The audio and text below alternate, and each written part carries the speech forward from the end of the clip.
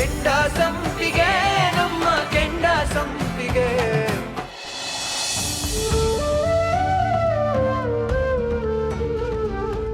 ರಾಜಿ ಹೊತ್ತಾಗೋಯ್ತೇನೆ. ಇನ್ನೂ 12 ಗಂಟೆ ಆಗಿಲ್ಲ ತಾನೆ? ತಗೋ, ಸರಿಯದೆ ಎಣಿಸ್ಕೊಂಡು ಪೀಸ್ ಕಟ್ಬಿಡು. ಯಾಕೆ ನಾನು ಬರಲ್ಲ ಅಂತ ಹೆದರ್ಕೊಂಡ್ಬಿಟ್ಯಾ? ಹೆದರಿಕೆ ಆಗಿದ್ದು ಹೌದು. ಇಷ್ಟೊಂದು ದುಡ್ಡು ಹೇಗಕ್ಕ ಹೊಂದಿಸ್ದೆ? ಅದು ನಾನು ಮನೇಲಿ ಹೇಳ್ತೀನಿ. ತಗೋ, ನೀನ್ ಮೊದ್ಲು ಪೀಸ್ ಕಟ್ಟಿ ಪರೀಕ್ಷೆ ಬರೆಯೋಗು. ಹೋಗಮ್ಮ.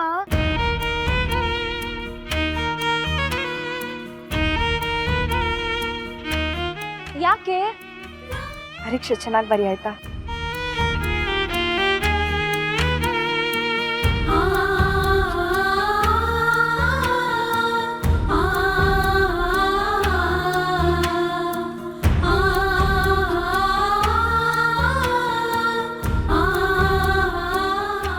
ನನ್ನ ಬಂಗಾರಿಗೆ ಓದಿನ ಬಗ್ಗೆ ಅದೆಷ್ಟು ಪ್ರೀತಿ.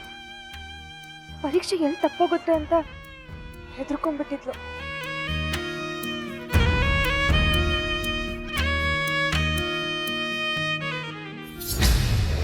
ಪಾಪ ಈ ವಯಸ್ಸಲ್ಲಿ ಹೆಣ್ಮಗ ಕಷ್ಟಪಡ್ತಿರೋದು ನೋಡ್ತಿದ್ರೆ ನನಗೆ ಕರುಳು ಚುರುಕಂತದ ರಾಮಯ್ಯ. ನೀನ್ ಏನೇ ಹೇಳು, ಇದ್ರೆ ನಮ್ಮ ಸುಮಿ ಅಂತ ಮಗಳು ಇರ್ಬೇಕು ನೋಡು. ಹೌದು ಕಣ್ ವಿಜಯಮ್ಮ, ಮದುವೆ ಆಗಿ ಗಂಡನ ಮೇಲೆ ಸುಖವಾಗಿರ್ಬೇಕಾದ ನಮ್ಮ ಹುಡುಗಿ ಇಡೀ ಮನೆ ಜವಾಬ್ದಾರಿ ತಗೊಂಡು ನಮ್ಮನ್ನೆಲ್ಲ ತಾಯಿ ಸಾಕ್ತಂಗೆ ಸಾಕ್ತೈತೆ ನನ್ನ ಮಗಳು. ಆದೇಶ ಮಾತಾಡೋಣ ಅಂತ ಬಂದೀನಿ ರಾಮಯ್ಯ. ಹೆಂಗೂ ನಮ್ಮ ಸುಮಿ ಮದುವೆ ವಯಸ್ಸಿಗೆ ಬಂದವಳೆ. ನೀನು ಹೂ ಅಂದ್ರೆ ಸುಮಿನ ನಮ್ಮನೆ ಸೊಸೆ ಮಾಡ್ಕೊಳವ ಅಂತ. ಆಮೇಲೆ ನಿನ್ ಸಮಸ್ಯೆಗಳು ಇರಲ್ಲ ರಾಮಯ್ಯ.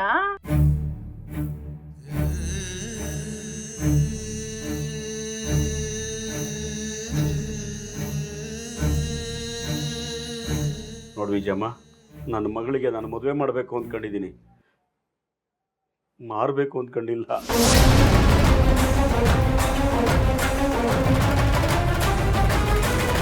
ರಾಮಯ್ಯ,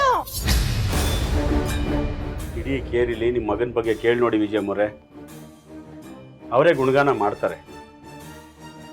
10 ಕಡೆ ಕೇಳಿ ಹೆಣ್ಣು ಕೊಡು ಅಂತ ದೊಡ್ಡವ್ರು ಹೇಳ್ತಾರೆ.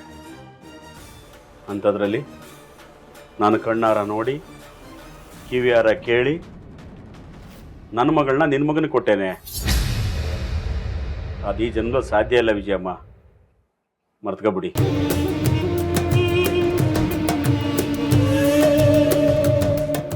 ರಾಮಯ್ಯ, ಈ ವಯಸ್ಸಲ್ಲಿ ಎಲ್ಲ ಗಂಡ್ಮಕ್ಳು ಹಂಗ ಆಡೇ ಆಡ್ತವೆ. ಮದುವೆ ಆದ್ಮೇಲೆ ನನ್ನ ಮಗನು ಸರಿ ಹೋಯ್ತಾನೆ. ನಿನ್ನ ಮಗ ಸರಿ ಹೋಗ್ಲಿ ಅಂತ ನನ್ನ ಮಗಳನ್ನ ಕೊಡಕ್ಕಾಗತ್ತಾ? ಗತಿ ಇಲ್ಲದೆ ಇದ್ದಾಗ ಗಟ್ಟಿ ಸಂಬಂಧ ಬಂದ್ರೆ ಕಣ್ಣು ಮುಚ್ಕೋಬಾರ್ದು ರಾಮಯ್ಯ. ನನ್ನ ಮಗಳು ಗಂಡ ಆಗ್ಬರೋನು ಕೂಲಿ ಮಾಡ್ಕೊಂಡಿದ್ರು ಪರವಾಗಿಲ್ಲ ವಿಜಯಮ್ಮ, ನನ್ನ ಮಗಳನ್ನ ಜೋಪಾನಾಗಿ ನೋಡ್ಕೋಬೇಕು. ಅಂತ ಗುಣ ಇರೋನು ನಮ್ಮ ಗಳಿಯ ಆಗಿ ಬರಬೇಕು. ಹೌದಾ? ಸರಿ, ಹಾಗಾದ್ರೆ ನಾನು ನೋಡ್ತೀನಿ ನಿನ್ ಮಗಳನ್ನ ದ್ಯಾರಿ ಕೊಟ್ಟು ಮದುವೆ ಮಾಡ್ತೀಯ ಅಂತ. ಅಲ್ಲ, ನಿನ್ ಏಕ್ತೆಗೆ ಔಷಧಿ ತಗೊಳಕ್ಕೆ ಕಾಸಿಲ್ಲ, ಮದುವೆ ಬೇರೆ ಮಾಡ್ತೀಯ? ಯೋ, ನಿನಗೆ 1 ಗ್ರಾಮ್ ಚಿನ್ನದ ಬೆಲೆ ಗೊತ್ತೇನಯ್ಯ? ಅಲ್ಲ, ಮಗಳಿಗೆ ಕಿವಿ ಮೋಲನೋ ಇಲ್ಲ ಮೂಗ್ತಿರೋ ತಂದ್ಕೊಂಡ್ರಲ್ವೇ ಚಿನ್ನದ ಬೆಲೆ ಗೊತ್ತಾಗೋದು. ನಿನ್ ಏಕ್ತೆಗೆ ಮನೆ ಬಾಡಿಗೆನೆ ಕಟ್ಟಕ್ಕಾಗಲ್ಲ, ನಿನ್ ಮಗಳು ಮದುವೆ ಮಾಡ್ತೀಯಾ?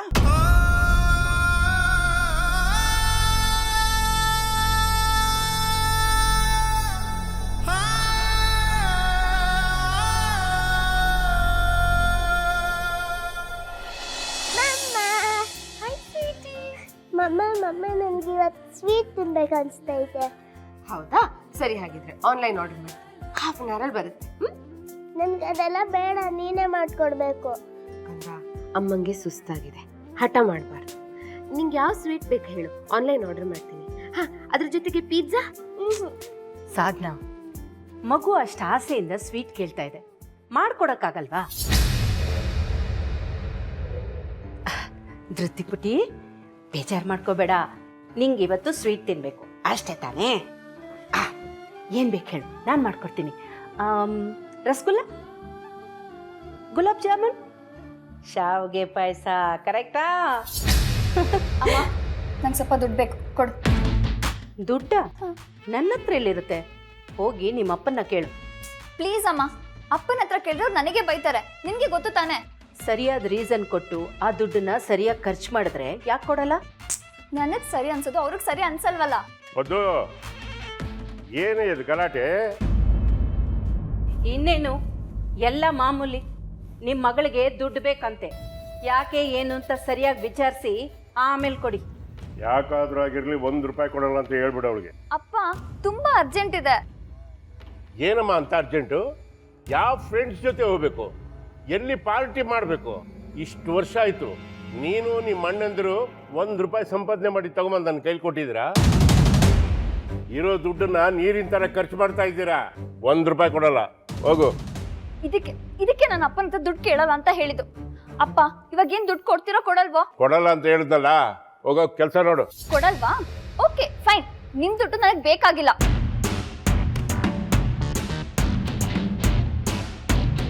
ಅದಕ್ಕೆ ನಂಗೊಂದು ಸ್ವಲ್ಪ ದುಡ್ಡು ಬೇಕಿತ್ತು. ಎಷ್ಟು ಬೇಕು? ಒಂದು 20,000 ಬೇಕಿತ್ತು. ಅದಕ್ಕೆ ಅಷ್ಟೇ ತಾನೆ, ಟ್ರಾನ್ಸ್ಫರ್ ಮಾಡ್ತೀನಿ. ಆಗಿದೆ.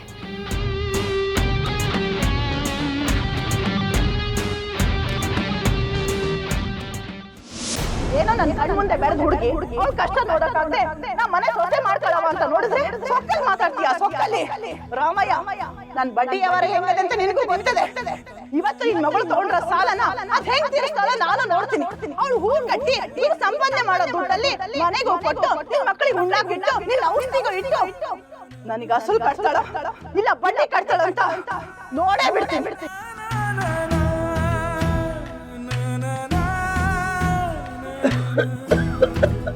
ಇವ್ ರಮಯ್ಯ, ನೀನು ಹಿಂಗೆ ಮೊದಲೇ ಕುಂತಿದ್ರೆ ಕಾಯಿಲೆ ಹೆಚ್ಚಿಸ್ಕೊಂತೀಯ ಅಷ್ಟೇ. ಒಂದು ಕೆಲಸ ಬಂದೈತೆ, ಬತ್ತೀಯಾ? ಇಲ್ಲ ಕಣಪ್ಪ, ನನ್ನ ಮಗಳು ನೀನು ಎಲ್ಲೂ ಹೋಗಬೇಡ ಅಂತ ಆರ್ಡ್ರ್ ಮಾಡಿಬಿಟ್ಟವಳು. ಕೈ ತುಂಬ ದುಡ್ಡು ಸಿಗುತ್ತೆ ಕಣಯ್ಯ. ತುಂಬ ದಿನದಿಂದ ಬೀಗ ಹಾಕಿದ ಮನೆ, ಸಂಪು ಟ್ಯಾಂಕು 2 ಕ್ಲೀನ್ ಮಾಡೋಕೆ ಹೇಳಿದ್ದಾರೆ. 30,000ಕ್ಕೆ ಮಾತಾಡಿದ್ದೀವಿ. 30,000. 30,000? ಹ್ಞೂ ಕಣಯ್ಯ, ನೀನು ಬಂದರೆ 10,000 ಹಂಚ್ಕೊಳ್ಳೋಣ, ಇಲ್ಲ ಅಂದರೆ ನಾವಿಬ್ಬರೇ ಹೋಗಿ ಮಾಡ್ಕೊಂಬತ್ತೀವಿ.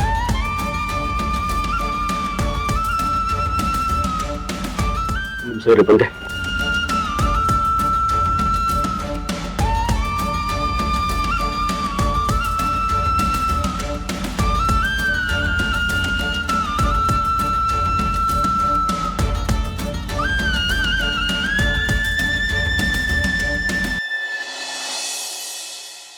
Good morning sir.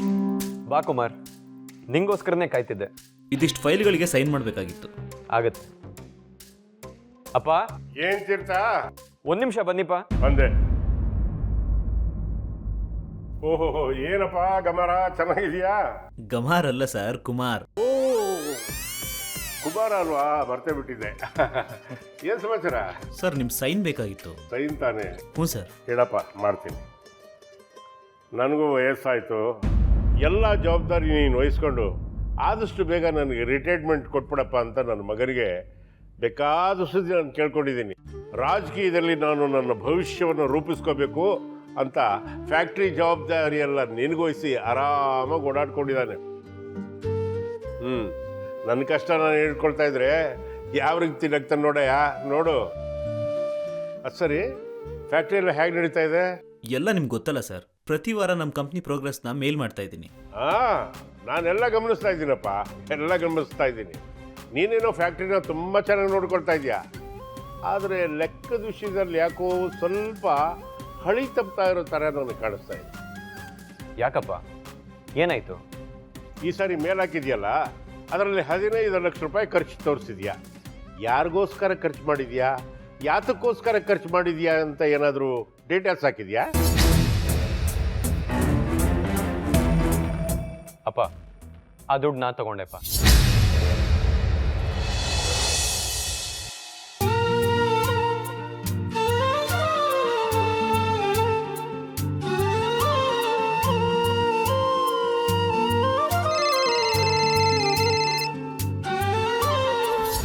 Hello hello ಸುಮ್ಮಿ, ನೀವಪ್ಪ ಶಂಕರಣ್ಣ ಜೊತೆಗೆ ಗುಂಡಿ ಕ್ಲೀನ್ ಮಾಡೋ ಕೆಲ್ಸಕ್ಕೆ ಹೋಗಿದ್ರಂತೆ ಕಣೆ. ಗುಂಡಿಗೆ ಇಳಿದ್ಬಿಟ್ಟು ವಿಷದ ಗಾಳಿ ಕುಡ್ಬಿಟ್ಟವ್ರೆ. ಎಲ್ರೂ ಆಸ್ಪತ್ರೆ ಕರ್ಕೊಂಡ್ ಬಂದಿದೀವಿ. ಬದುಕುಳಿಯದೆ ಅನುಮಾನ ಅಂತವ್ರೆ. ನೀನ್ ಬಿರ್ನೆ ಬಾ.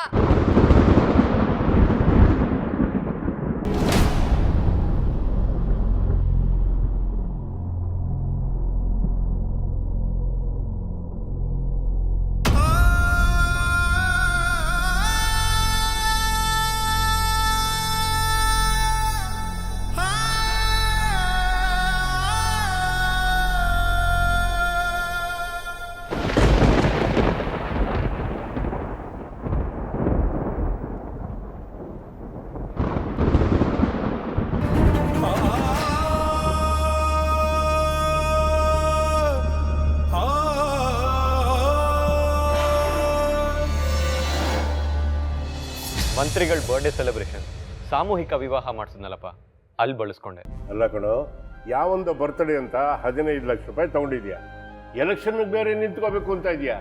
ಎಲೆಕ್ಷನ್ ಅಂದ್ರೆ ಏನು ಸುಮ್ಮನೆ ಆಗುತ್ತಾ? ದುಡ್ಡಿಗೆ ಏನು ವ್ಯವಸ್ಥೆ ಮಾಡ್ಕೊಂಡಿದ್ಯಾ? ಅಪ್ಪ, ಆ ಜವಾಬ್ದಾರಿ ನಂಗೆ ಬಿಟ್ಬಿಡಿ. ಹೇಗೆ ಇನ್ವೆಸ್ಟ್ ಮಾಡಿಸ್ಬೇಕು, ಯಾರಿಂದ ಇನ್ವೆಸ್ಟ್ ಮಾಡಿಸ್ಬೇಕು, ಎಲ್ಲ ಪ್ಲ್ಯಾನ್ ರೆಡಿ ಇದೆ. ಪ್ಲೀಸ್ ಈ ಪೇಪರ್ಸ್ ಮೇಲೆ ಸೈನ್ ಮಾಡ್ಬಿಟ್ಟು ಕಳಿಸಿಪ್ಪ. ರೀ, ದೊಡ್ಡ ಮಗನ ಥರ ಆಗಲ್ಲ ಗೊತ್ತಿಲ್ಲ ಅಂತ ಕೈ ಚೆಲ್ತಾ ಇಲ್ಲ. ನಮ್ಮ ಚಿಕ್ಕ ಮಕ್ಕಳ ಥರ ದುಂದು ವೆಚ್ಚನೂ ಮಾಡ್ತಾ ಇಲ್ಲ. ವಾಪಸ್ ಕೊಡ್ತೀನಿ ಅಂತ ಹೇಳ್ತಾ ಇದ್ದಂತಾನೆ. ಅದು ಏನು ಮಾತಾಡ್ತಾ ಇದೀಯ ನೀನು? ದುಡಿಯೋದು ಒಂದು ಕೈ, ಖರ್ಚು ಮಾಡೋದು 10 ಕೈಯ? ಹಿಂಗೆ ಖರ್ಚು ಮಾಡ್ತಾ ಇದ್ರೆ ನಾವು ನಾಳೆ ಎಲ್ಲೋ ನಿಲ್ತೀವಿ. ಸ್ವಲ್ಪ ಯೋಚನೆ ಮಾಡು. ಇವ್ರಿಗೆಲ್ಲ ಯಾವಾಗ ಜವಾಬ್ದಾರಿ ಬರುತ್ತೋ, ದುಡ್ಡಿನ ಬೆಲೆ ಯಾವಾಗ ತಿಳ್ಕೊಳ್ತಾರೋ ಏನೋ ಆ ಭಗವಂತನಿಗೆ ಗೊತ್ತು. ಅಪ್ಪ ಗಮಾರ ತೆಗಿ.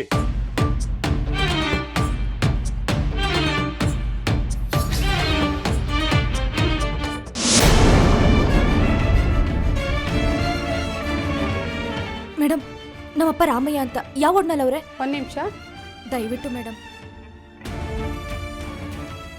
ಅಕ್ಕ, ಏನಾಯ್ತು ಅಕ್ಕ? ಅಪ್ಪ ಇಲ್ಲ ಅಕ್ಕ. ಮೇಡಮ್, ನಮ್ಮಪ್ಪ ರಾಮಯ್ಯ ಅಂತ. ಆ ವಿಷದ ಗಾಳಿ ಕುಡ್ದವ್ರಲ್ವಾ ಅವ್ರು ಸತ್ತು? ಮೇಡಮ್, ನಮ್ಮಪ್ಪ ಇಲ್ಲಿ ಮೇಡಮ್. ನಮ್ಮಪ್ಪ ರಾಮಯ್ಯ ಅಂತ. ಅವರು ಇವರಿಬ್ರು ಜೊತೆ ಹೋಗಿದ್ರು ಮೇಡಮ್. ಅವ್ರು ಇಲ್ಲಿ ಮೇಡಮ್. ಯಾರಿಗ್ ಗೊತ್ತು? ಇಬ್ರು ಹೋಗಿದ್ದಾರೆ ಅಂತ ಹೇಳಿದ್ದಾರೆ, ತಂದಾಕಿದ್ದಾರೆ ಅಷ್ಟೇ.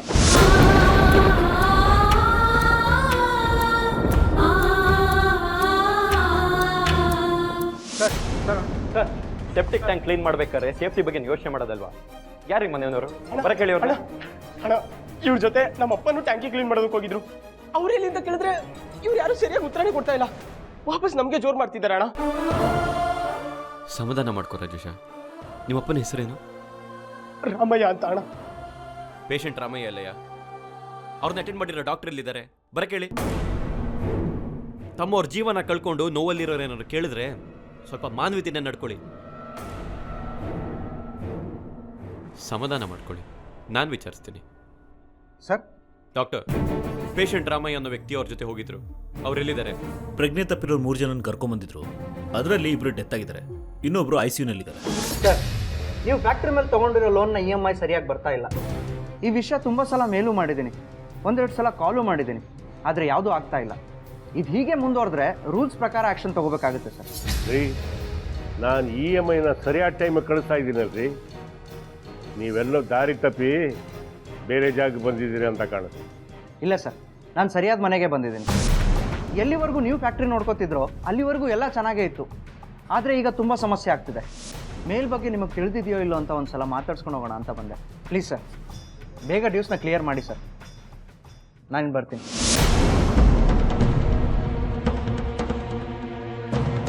ಪದ್ದು, ನಾನು ನನ್ನ ಫ್ಯಾಕ್ಟ್ರಿನ ಎಷ್ಟು ಕಷ್ಟಪಟ್ಟು ಕಟ್ಟಿದ್ದೀನಿ ಗೊತ್ತೇನೆ.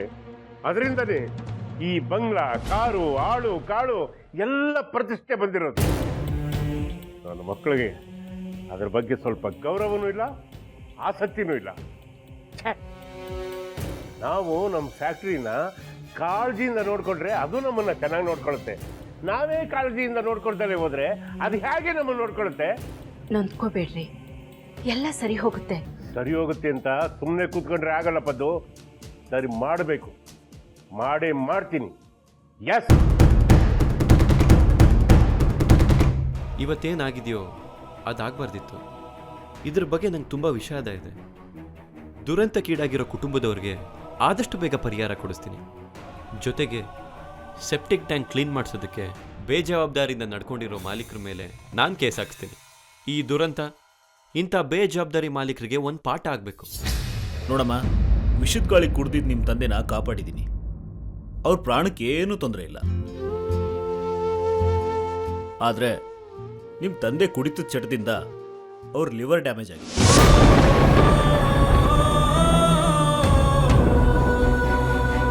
ಕಿಡ್ನಿ ಅಂತೂ ಸಂಪೂರ್ಣವಾಗಿ ಕೆಲಸ ಮಾಡೋದನ್ನೇ ನಿಲ್ಲಿಸಿದೆ.